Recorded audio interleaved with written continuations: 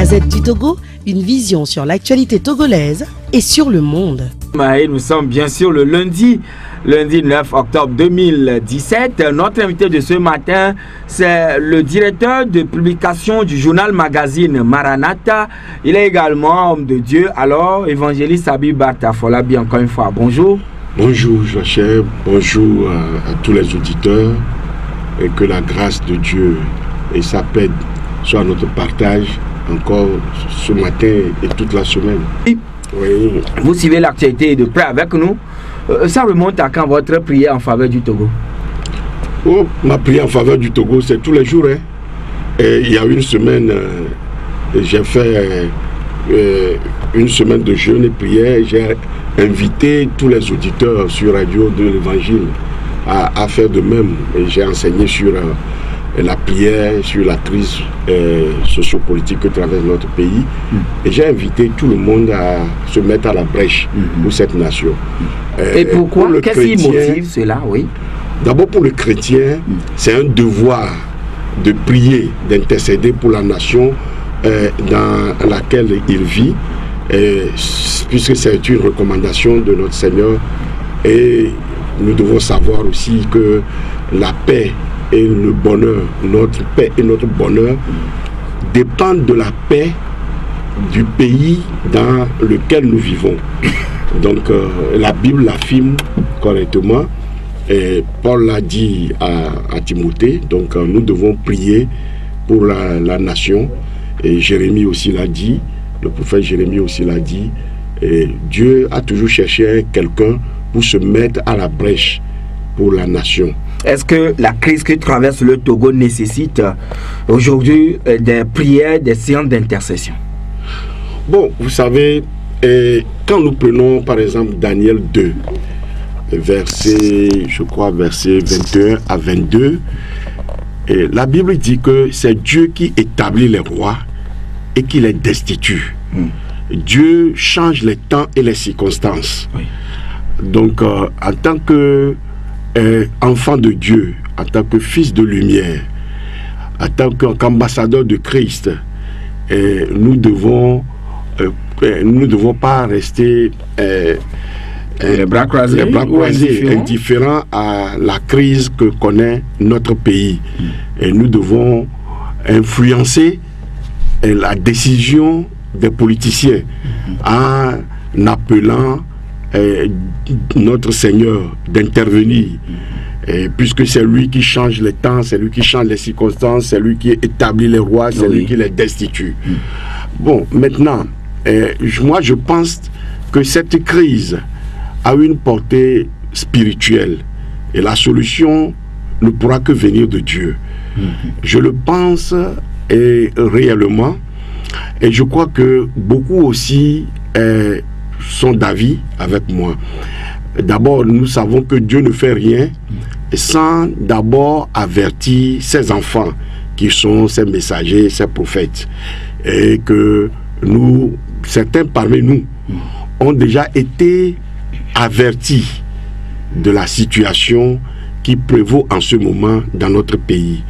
Moi principalement, c'est en mai 2016 que j'ai été instruit par le Seigneur qu'il ferait quelque chose de grand au Togo, et que 2017 serait une année particulière.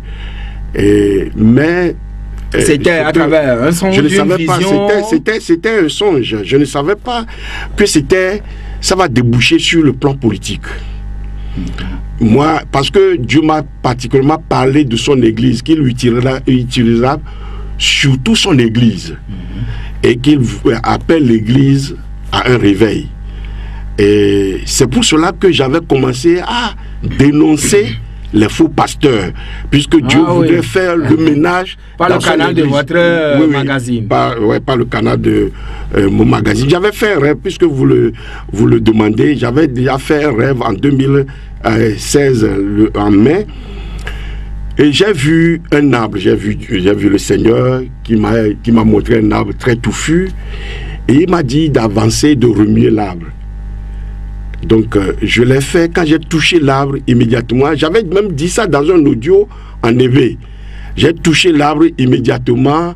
J'ai vu des chauves-souris qui se sont envolés, ils ont commencé à fuir, des fruits pourris qui sont tombés de l'arbre et puis qui sentaient mauvais.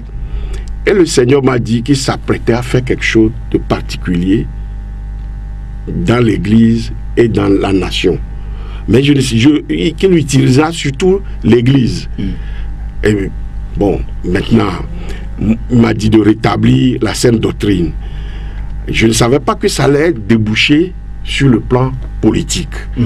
Mais il faut dire aussi que d'autres personnes, d'autres enfants de Dieu, d'autres serviteurs de Dieu, ont eu aussi la même révélation au début de l'année ou bien à la fin de 2016. Et j'ai dit que ça a confirmé ce que j'ai eu parce qu'ils ont abondé dans le même sens. Que oui, Dieu, même un Camerounais, je ne sais pas si vous avez suivi aussi la vidéo, aurait aussi eu une vision ou une révélation qu'il avait aussi dit dans le mois de mai de cette année que voilà, un opposant va... Pour moi, ce n'était pas clair que ce serait sur le plan politique. Mais je crois que c'est le prolongement de ce que Jésus voulait faire de son Église. Ça va déboucher sur... Donc, si on comprend bien, rien ne vous surprend. Non, ça ne me surprend pas. Oui, maintenant, vous avez dit tout à l'heure que les chrétiens avertis devraient se tenir sur la brèche et prier en faveur du Togo. Est-ce une affaire individuelle ou bien collective? Autrement dit, est-ce que cela échappe aux églises de le faire ou bien à chaque Togolais de le faire? D'abord, c'est un devoir individuel et c'est un devoir collectif. Et ce que moi je déplore, et selon l'instruction que j'ai reçue du Seigneur, il faudrait que l'Église soit unie et que l'Église parle d'une même voix. Tout comme il avait fait à la chambre haute, à Parum, là-bas. Oui, effectivement. Et j'ai vu que l'Église, je crois, chaque groupe de son côté parle et commence à prier. Alors que d'abord, il faudrait que les serviteurs de Dieu, ceux qui ont des différences, se réconcilient. C'est ce que moi j'ai reçu du Seigneur. Il faudrait qu'ils se réconcilient vraiment et qu'ils se mettent ensemble pour intercéder pour cette nation. Et Dieu a un plan pour cette nation et il veut utiliser son Église. Mais l'Église ne doit pas rester divisée. Voilà ce que moi je comprends de la révélation que j'ai eue. Et donc il faudrait faire le ménage d'abord dans l'Église. Le ménage en quoi? Et essayer d'écarter un peu ceux qui sont les faux serviteurs de Dieu. Est-ce que cela est possible dans la mesure où la Bible, la parole de Dieu elle-même dit que laissez l'ivraie grandir avec les bonnes graines. Et c'est le maître lui-même, le moissonneur, qui viendra les séparer pendant le temps de la moisson. Mon frère, comment prier pour cette nation? On ne peut pas mélanger les choux et la salade. Comment prier pour cette nation quand vous prenez les faux serviteurs de Dieu qui vont utiliser beaucoup d'autres choses qui ne sont pas bibliques, en même temps que ceux qui connaissent vraiment Dieu et qui utilisent la parole de Dieu dans son authenticité. Uniquement la parole de Dieu. Vous ne pouvez pas les mélanger ensemble. Et vous savez quelle puissance utilisent les faux serviteurs de Dieu? Les faux serviteurs de Dieu, quand j'ai commencé à les dénoncer, j'avais exposé leurs œuvres. C'est une puissance diabolique qu'ils utilisent. Oui, mais est-ce que cela est du ressort des hommes? Ce n'est pas une affaire de Dieu, exclusivement de pouvoir les séparer ou bien les mettre à l'écart. Vous savez, il y a des associations des églises. Et ces associations des églises se connaissent. Et dans ces associations des églises, même au sein de chaque association, ils se connaissent. Voilà. Maintenant, Monsieur Afolabi, vous êtes analyste, vous suivez de très près la situation politique et également dans bien d'autres pays. L'opposition manifeste, draine des milliers et des milliers de Togolais dans les rues. Mais le pouvoir ne dit rien. Et au même moment, le pouvoir aussi draine des milliers de personnes dans la rue. L'opposition ne dit rien. Comment comprendre cette situation? Moi, je crains un affrontement. je crains un affrontement. Je me demande, nous sommes aujourd'hui dans l'impasse totale. Oui. Et je ne sais pas l'aboutissement de cette manière d'agir. Bon, je comprends mal que le pouvoir aussi manifeste dans la rue. Je comprends mal, manifeste au même moment, aux mêmes dates que l'opposition. Je crois que le pouvoir pourrait choisir d'autres dates, d'autres jours pour manifester et soutenir le président Faure. Bon, maintenant, ce que les gens n'arrivent pas à comprendre, puisque moi je veux parler surtout de la portée spirituelle, oui, de la crise togolaise. Et je ne sais pas si les gens mesurent la portée spirituelle même de notre constitution de 92. Portée spirituelle de la constitution de 92. Oui. Oui. Et cette constitution est particulière, même différente de beaucoup de constitutions, de toutes les constitutions, je crois, dans le monde. Parce que quand vous prenez le préambule, la première phrase déjà met la constitution sous la protection de Dieu. Non pas seulement la constitution, mais le peuple togolais sous la protection de Dieu. Et je peux citer la phrase, le bout de phrase seulement: nous, peuple togolais, nous plaçons sous la protection de Dieu. Cela veut dire que nous prenons Dieu comme garant de notre propre vie et de la Constitution. C'est une alliance dans laquelle le peuple togolais s'est engagé avec Dieu. Et la base de cette alliance, c'est la Constitution même. Voyez, ce qui fait que toutes les institutions de l'État, Dieu devient en ce moment garant de toutes ces institutions. Le soubassement. Oui. C'est pour cela que quand les gens sont en train de dire nul ne peut faire plus de 2 mandats, la présidence, c'est une institution de l'État. Oui. Cette institution est sous la protection de Dieu. Et ce qui m'a un peu surpris quand cette constitution a été toilettée, et je crois que la majorité du peuple n'a pas été d'accord, puisque cette constitution a été votée par la quasi-majorité, la grande majorité du peuple togolais, à 97,4%. Bon, et en 92, en septembre, je crois 27 septembre. C'est le 27 septembre. 92.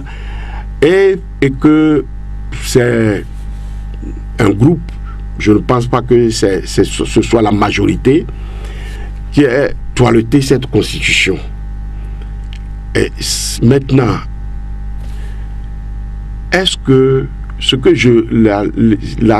ma question, ma réflexion,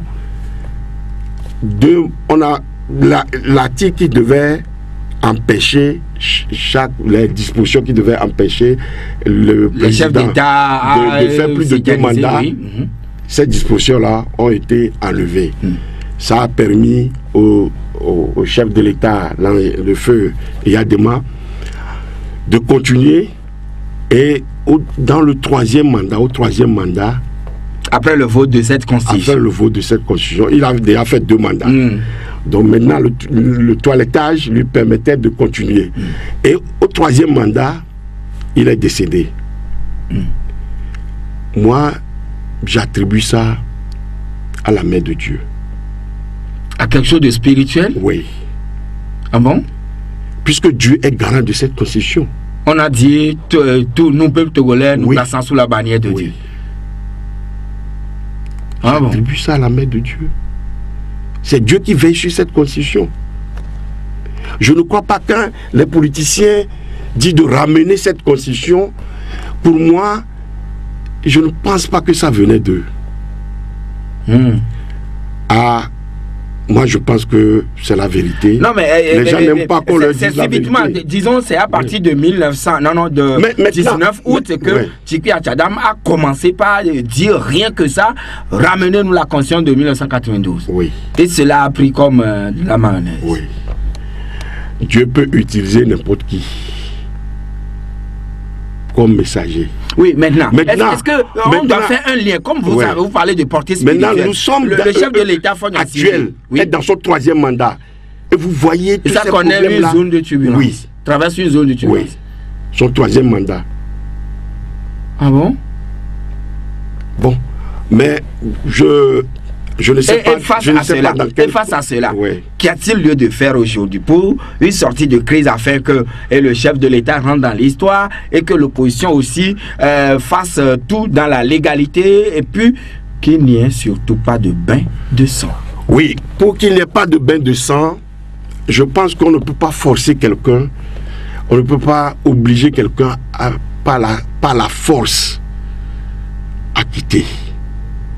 Il faut négocier. Il faut négocier sa sortie. Il faut lui donner une sortie honorable en tant que chef de l'État. Il ne faut pas le chasser comme un malpropre. Et personne n'accepterait cela. C'est pour cela que je crains un affrontement. Je crains la violence. Je crains un bain de sang.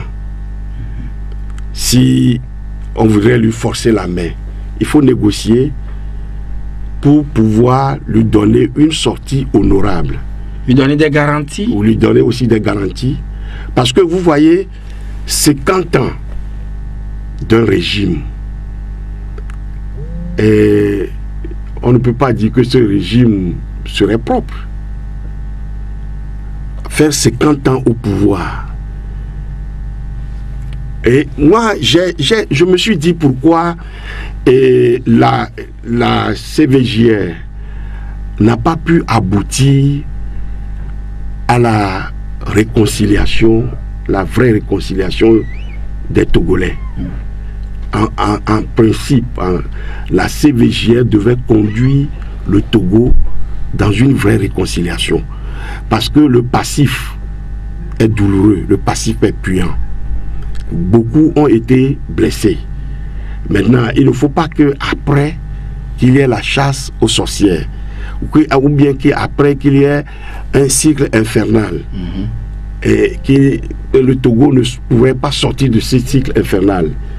Il faut arriver un jour à dire non, on va passer l'éponge sur tout le passé, on va enclencher un nouveau départ.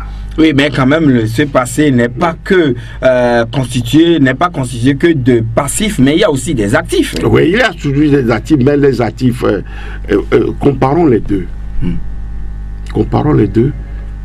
Et 50 ans de règne, c'est beaucoup dans la vie d'un peuple. Maintenant, évangéliste Habib Bart Afolabi, vous l'avez si bien dit que la crise que traverse le Togo a une portée éminemment spirituelle, mais les organisations, puisque le Togo ne vit pas en autarcie, il y a beaucoup d'organisations qui interviennent, qui s'immiscent dans l'affaire, la situation togolaise. La preuve, la CEDEAO, l'Union africaine et aussi ONUAS ont sorti une déclaration demandant à l'État togolais de fixer une date pour aller au référendum. Est-ce que c'est la panacée pour pouvoir sortir de crise aujourd'hui? Bon, d'abord, je crois, vous avez dans le journal, vous avez parlé des réactions de certains groupes, certaines associations qui recusent à ces personnalités-là d'intervenir dans la crise que nous connaissons. Et effectivement, s'il faudrait avoir de médiateurs, il faudrait des gens intègres, des gens qui sont... C'est que le ministre Dimoré appelle l'oiseau rare. Des gens intègres, des gens qui ne prennent pas parti. Et nous sommes tous ici au Togo et nous avons vécu certains événements. Déjà en 2005, on a vu la Nigérienne là s'impliquer dans la résolution de la crise au Togo. Madame Mindaoudou Aïchatou, c'était en 2005. Ça n'a pas plu à beaucoup de gens. On a vu également le Ghanéen, le diplomate ghanéen. Ibn Chambas. Il était même président de la commission de la CEDEAO de la CEDEAO à l'époque.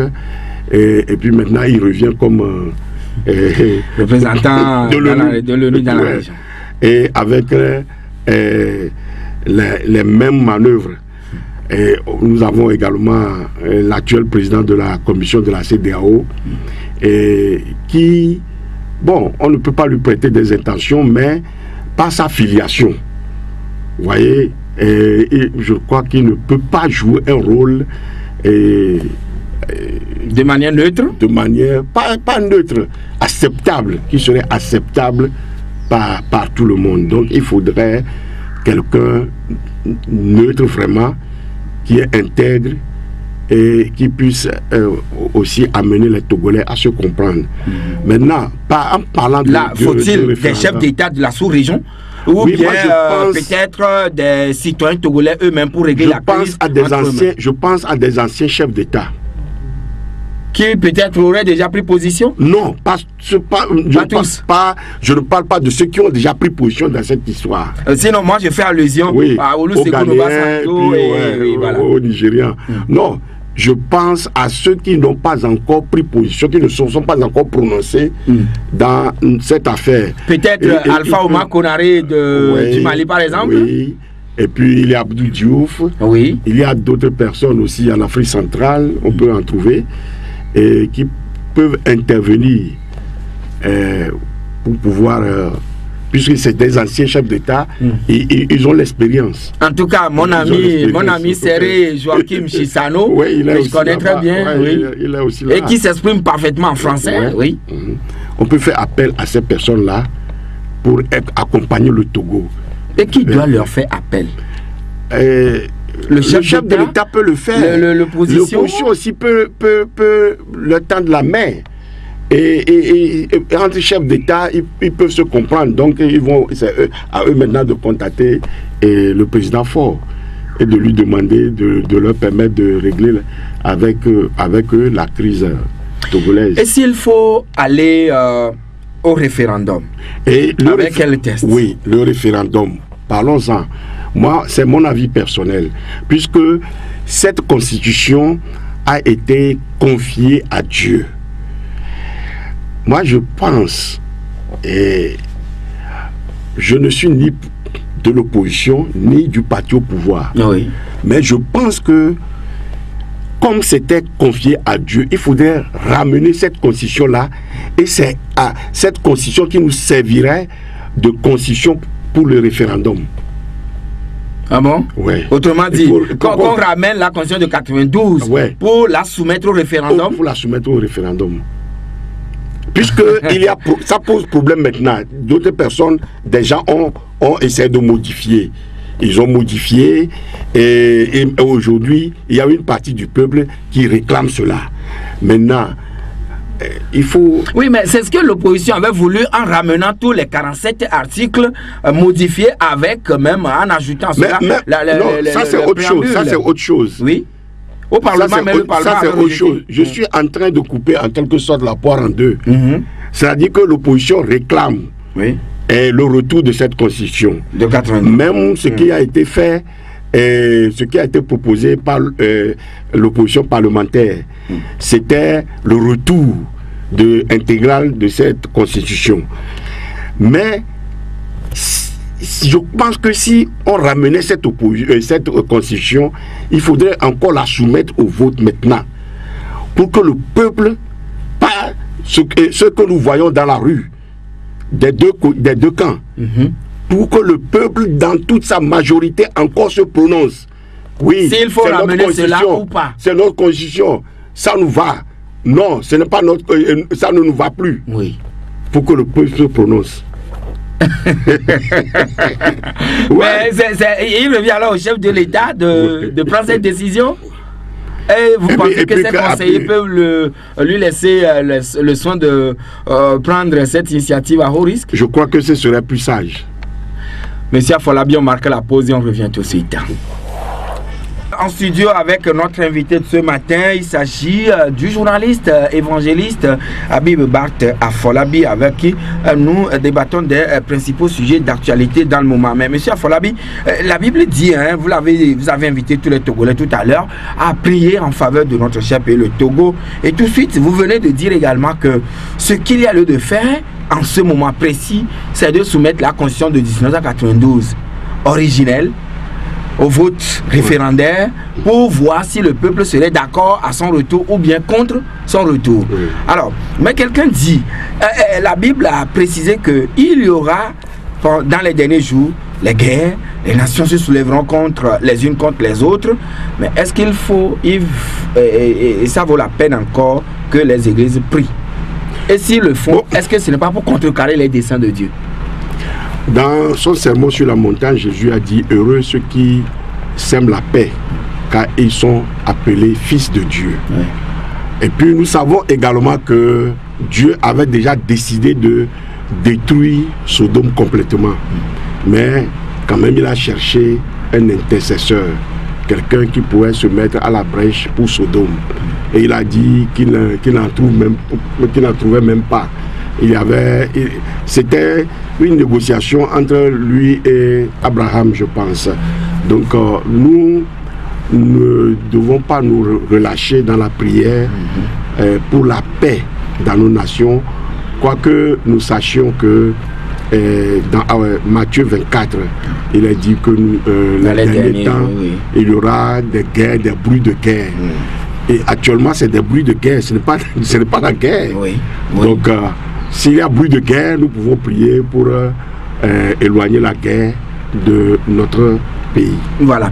Alors, nous avons remarqué aussi qu'à travers le monde, beaucoup de Togolais se mobilisent. La preuve, samedi, ils étaient au total, selon la police française, 6000 Togolais à manifester à la place de la Bâtie jusqu'à la place de la République pour se faire entendre et demander au gouvernement togolais d'accéder aux revendications de la population. Hier, c'est donc à Washington où les Togolais ont encore manifesté jusqu'à la devanture de la Maison Blanche.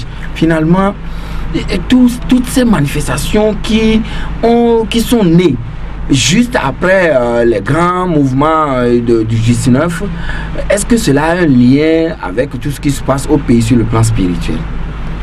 Bon, vous savez, les manifestations de rue, les marches, tout ça, ne sont que des formes de pression.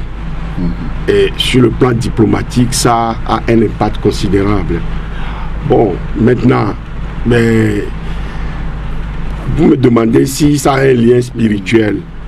J'ai déjà expliqué que la demande même du peuple, ou bien d'une grande partie du peuple, de la majorité du peuple, a réclamé le retour de la Constitution de 92. Ce n'est pas anodin. Moi, je pense que ça a été suscité par le Seigneur lui-même, puisqu'il est garant de cette Constitution. Je le redis encore, vous pouvez analyser et méditer. Et la première phrase, c'est très fort, cette première phrase-là. Donc, si Dieu n'agissait pas, donc c'est un Dieu qui est abstrait. Il n'est pas aussi sérieux pour qu'on se confie à lui. Donc Dieu va toujours agir. C'est pour cela d'ailleurs que je dis qu'il faudrait faire revenir cette constitution-là, puisque c'est le peuple qui l'a voté, à sa grande majorité, pour que le peuple encore se prononce, puisque c'est devenu la pomme de discorde la pomme de discorde entre les deux camps. Et voilà. Et donc, je pense, mais quand même, faire venir ou revenir cette constitution, est-ce que les institutions impliquées dans l'organisation du scrutin seraient à même de répondre aux attentes de tout le monde? Bon, les organisations impliquées dans... Les institutions. Les institutions impliquées dans l'organisation des élections sont décriées par également l'opposition. Donc, il ne faut pas encore aller à un quelconque vote, à une quelconque élection avec des frustrations au cœur. Donc il faut parvenir à un consensus pour encore modifier et améliorer ces institutions-là à la satisfaction de tous. Et parce que quand il y a frustration, les résultats seront toujours contestés. Ouais. Donc, le mécanisme de formation de ces institutions-là, il faut revoir ça avec des médiateurs crédibles, comme je l'ai dit, acceptés par les deux partis, l'opposition et le pouvoir. Maintenant, il y a la CENI, il y a la Cour constitutionnelle, il y a la HAC, il y a quoi encore? Je pense la Cour constitutionnelle, la HAC, la CENI, oui, voilà les institutions donc, prioritaires. Oui, il faudrait revoir toutes ces choses-là. 22 21 80 99 92 02 80 63. Avez-vous une question à poser à notre invité qui invite tout le monde à prier en faveur du Togo et qui demande que ce qui est de la volonté de Dieu soit fait? On va prendre le premier intervenant qui est en ligne avec nous. Allô? Bonjour. Bonjour, monsieur Jean-Cher. Oui, Kodjo. Oui, ça va? Ça va très bien chez vous. Oui, ça va aussi. Bonjour à notre invité. Bonjour. Je me réjouis. Si vous pouvez diminuer le volume de la radio qui est à côté de vous. Oui, c'est déjà fait. Je me réjouis pour M. Afolabi dans son intervention. Gloire à Dieu. Certainement, le problème du Togo est hautement spirituel, surtout pour nous. Si nous plaçons la Constitution sous le haut patronage de Dieu, le peuple qui s'est retrouvé à voter ces lois qui a été aussi approuvée par le chef d'État d'alors, ce peuple-là était religieusement cosmopolite. Maintenant, je me pose la question de savoir à quel Dieu la Constitution a été confiée. D'accord. Au Dieu polythéiste ou bien au Dieu monothéiste. C'est là d'abord ma question à moi-même. Le Togo a commis un sacrilège contre Jéhovah à qui appartient la terre et tous ses contenus. En quoi faisant? Ils ont ressemblé à Israël au temps de Samuel. Je cite Samuel 8. Où ils ont refusé que Dieu règne sur eux et ils se sont choisis un roi. Cela voilà. Éliminé Samuel. Et le Togo a éliminé Olympio. Dieu s'est péché. Il a dit, vous voulez un chef d'État, prenez-le avec toutes ses conséquences. Comparez la vie du Togo, les situations du Togo, les problèmes du Togo à ce que Israël avait enduré en ce temps-là. Maintenant, Dieu punit par fait cet État. Et voilà, Monsieur Kodjo, vous avez été relativement long, mais on a quand même compris votre position et vous avez dit à quel Dieu a été dédiée la constitution togolaise, Dieu monothéiste ou bien Dieu polythéiste. On verra tout à l'heure avec notre invité. Allô, Foyovo? Oui, bonjour. Oui, bonjour. Oui, j'aimerais... Ah là là, toutes nos excuses, Foyovo. Mais certainement qu'il va faire fait de tout pour revenir. Allô? Bonjour, monsieur Joachim. Oui, bonjour, cher ami. Commis. Oui. Nous vous écoutons. Pasteur, bonjour. Bonjour. Je veux vous rassurer qu'il n'y en aura pas la guerre au Togo. Amen. Amen. Amen. Il peut y avoir certains soldats zélés qui peuvent tuer, ça va s'arrêter là. Moi, j'aimerais vous poser une question. Oui. Dieu tout puissant passe toujours par les hommes pour agir. Lui-même ne descend pas. C'est pour ça qu'il a envoyé son fils Jésus-Christ pour faire le travail qu'il voulait. Oui. Il a envoyé Moïse devant Pharaon pour faire son travail. Je constate que nous, les chrétiens, on ne fait que prier. Et lorsqu'il faut poser des actes, on reste. Pourquoi on a comment dire, ce comportement-là? La dernière fois, je vous donne un exemple. Moi, j'étais à la marche, j'ai suivi des musulmans. Ils prient à 13h, à 15h, à 19h. Dans la marche. Mais nous, les chrétiens, on est à la maison, on dit on prie. Ce matin, j'ai prié. Trouve-moi le pain de ce jour. Et si je reste dans ma chambre pendant toute la journée, est-ce que je vais manger? Je veux poser la question par rapport à pourquoi les chrétiens ne posent pas des actes. D'accord, bien noté, merci, commis. Et on prend derrière lui Kofi. Bonjour. Bonjour, Joachim. Oui. Ouais, c'est par rapport à l'émission. Je voudrais remercier l'homme de Dieu Afolabi pour son développement, mais j'aimerais au même moment, par rapport au référendum, le renvoyer vers le livre de Job ou la vie même de Job, parce que Job, quand il a perdu tous ses biens, lorsque Dieu a décidé de le restaurer, il n'y a pas eu référendum. Lui-même, il a dit que la constitution de 92 est placée sous le socle de Dieu. Oui. Et si ce qu'on a confié à Dieu, on doit le remettre, je ne pense pas qu'il faille encore demander à ce peuple qui hier avait déjà signé un pacte avec Dieu. Et quand on revient à Israël, par exemple, c'est parce que les hommes ont brisé le pacte signé par Dieu que la colère de Dieu s'est abattue. Et quand il faille rétablir ça comme pacte, je ne pense pas qu'il faut encore aller interroger un quelconque peuple. Surtout par rapport au contexte actuel du Togo, le référendum n'est pas bien placé, mais je suis pour que Dieu puisse illuminer un homme ou des hommes qui puissent venir intercéder pour la gloire de Dieu, pour que le peuple togolais puisse retrouver sa paix. Et toujours quand vous prenez la Bible, le règne censé a créé la guerre dans la cité d'Israël. Quand vous prenez même l'époque de Pharaon, c'est parce que Pharaon régnait sur un peuple qui ne lui appartenait pas, où il n'a pas été choisi pour diriger ce peuple d'Israël, et il les a gardés en captivité, que Dieu a décidé de délivrer ce peuple et le conduire vers la terre promise. Donc je crois que nous sommes à l'étape là. Le référendum, selon moi, si je m'en tiens à la Bible, n'est pas bien venu. D'accord. Merci beaucoup, Fokofi. On prend Joseph. Bonjour. Oui. Oui, ça va. Bonjour. Moi, je partage entièrement tout ce que vous avez développé tout à l'heure. Et néanmoins, j'aimerais vous poser cette question par rapport à ce que vous avez dit à l'ancien chef d'État nommé de Yadima. Et moi-même, après ces deux mandats, en 98, il s'est dit, en 2003, il s'est dit encore élu. J'avais dit, mais cette année, est-ce qu'il pourra terminer ce mandat? Parce que, tel que vous l'avez dit, on a placé la constitution togolaise sous la protection de Dieu. La liaison est très mauvaise avec vous, malheureusement, mais je ne sais à quoi cela est dû. Hein? Allô?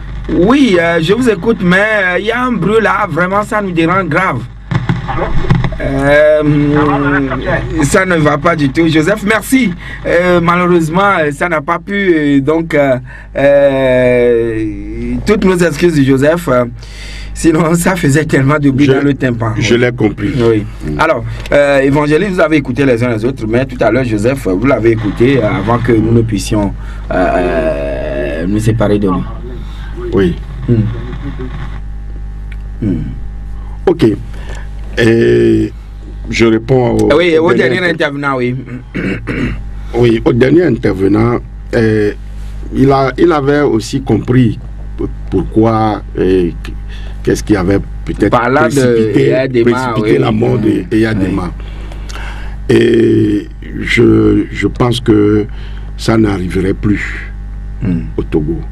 Ça n'arriverait plus et chacun respectera ce que le peuple a décidé, a pris comme constitution. Tout en se plaçant sous la protection de Dieu. Tout en se plaçant sous la protection de Dieu. Comme je l'ai dit, Dieu est le garant de cette constitution. C'est différent de toutes les autres constitutions. Quoi que les gens disent, on peut citer la constitution de 61, on peut citer d'autres constitutions, on peut faire même une autre constitution après celle-là. Mais oui, cette constitution de 92 est particulière. Vous l'avez dit dès longtemps. Oui.